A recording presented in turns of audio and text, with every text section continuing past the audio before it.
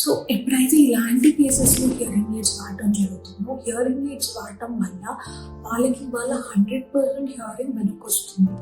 And ఒకసారి అది వచ్చిన తర్వాత బికాస్ ఎప్పటిలాగే వాళ్ళు వినగలరు, మాట్లాడగలరు, మీరు కరెక్ట్గా క్యాలిక్యులేట్ చేసి కరెక్ట్గా మాట్లాడి యాక్టివ్గా పార్టిసిపేట్ చేయగలుగుతున్నారు, వాళ్ళ కాన్ఫిడెన్స్ మళ్ళీ వెనక్కి వస్తుంది. And which makes them to be a active member in all the conversations and in life also. So ఇలాంటి ప్రాబ్లమ్స్ కానీ, ఇలాంటి వినికిడి ప్రాబ్లం ఉండడం వల్ల కూడా ఇలాంటి సోషల్ ఐసోలేషన్స్ అన్నీ అవుతాయి. సో అవన్నీ కూడా హియరింగ్ ఎయిడ్స్ వల్ల హెల్ప్ అవుతుంది.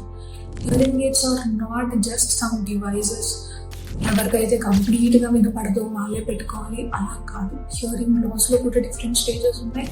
అండ్ ఎంత తొందరగా దాన్ని అసెస్ చేసి ఎంత తొందరగా దాన్ని ఫిట్ చేస్తారో అంత బెటర్ రిజల్ట్స్ ఉంటాయి. For more, thank you.